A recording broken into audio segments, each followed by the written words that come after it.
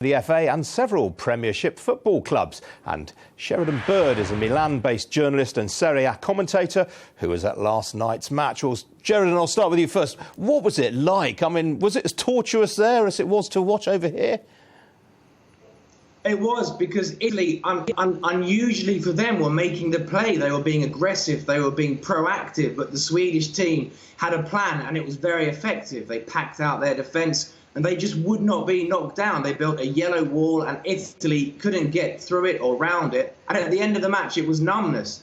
I was expecting some anger, I was expecting, colourful language, but they were just numb, the fans around me, because this doesn't happen to Italy the first time for 60 years. So they were thinking, well, what happens now? This kind of thing isn't, something we're used to. So it was more a case of, I was shocked at how numb everybody was.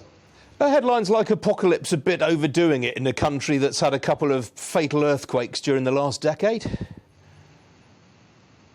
No, because it was actually a line that the president of the Italian FA, Carlo Tavecchio, used. He said a few months ago, or maybe 4 or 5 months ago, when there were a few wobbles, he said, no, we will qualify for the World Cup. If we don't, it would be an apocalypse. So he was suggesting that, come on, it's not going to happen. And if we don't, well, that really would be the end of the line. But the apocalypse has happened. To quote the famous film, it is apocalypse now.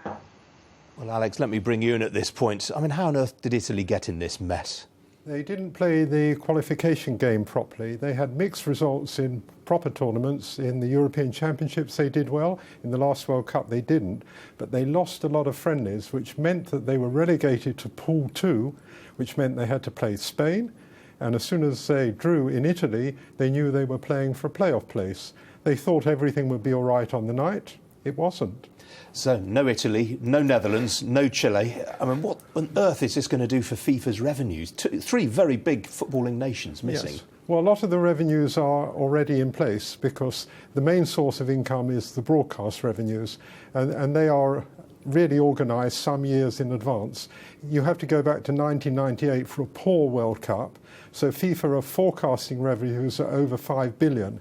It won't undermine that. The only point I would make is that unlike Premier League football, for example, where the transmission goes to the highest bidder, FIFA is curtailed to some extent by having in certain countries free-to-air transmission. The other major deficit for them will be sponsors, and they've had a hard time. Some sponsors have not renewed, some key sponsors. Others have not been announced yet. They're a long way behind what happened at the last World Cup. And the other problem, of course, not only FIFA's image, but Russia's image. Quite. So Russia themselves are having problems getting national sponsors. But will it undermine the event as a sporting spectacle as well, the fact that Italy and the Dutch aren't there and Chile? No, never. Because, all right, go on. Because Brazil are there and Germany are there, and Italy haven't punched their weight recently. The Dutch punched above their weight at the last World Cup. They will be missed, but the World Cup always has a number of surprises, and one of the joys of the World Cup is to watch people who you don't expect. Go back to your Pelé reference. He actually forecast a number of years ago that an African country would win the World Cup by now. Perhaps it's their time. Yeah, he never gets it right, dear old Pelé, does he? Sheridan, where does Italy go from here? I mean, I've seen a lot of attacks on Ventura, the manager. I've also seen some people blaming Antonio Conte for walking out on the national team and joining Chelsea. He maybe needs to, put the grapper down. It's got nothing to do with this time. It's not his fault.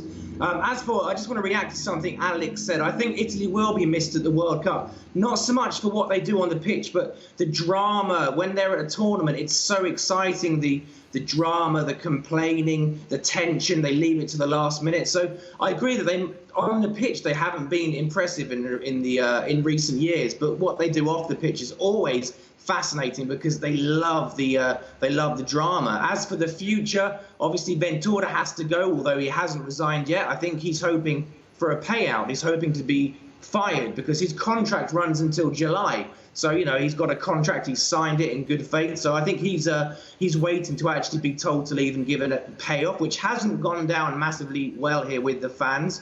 But if you talk about the actual on the pitch future, this is a good young generation of Italian talent. I don't think it's a case of throwing out the Bambino with the bathwater. There are good young players, but it just, against Sweden, they got the tactics horribly wrong, and Sweden got theirs completely right.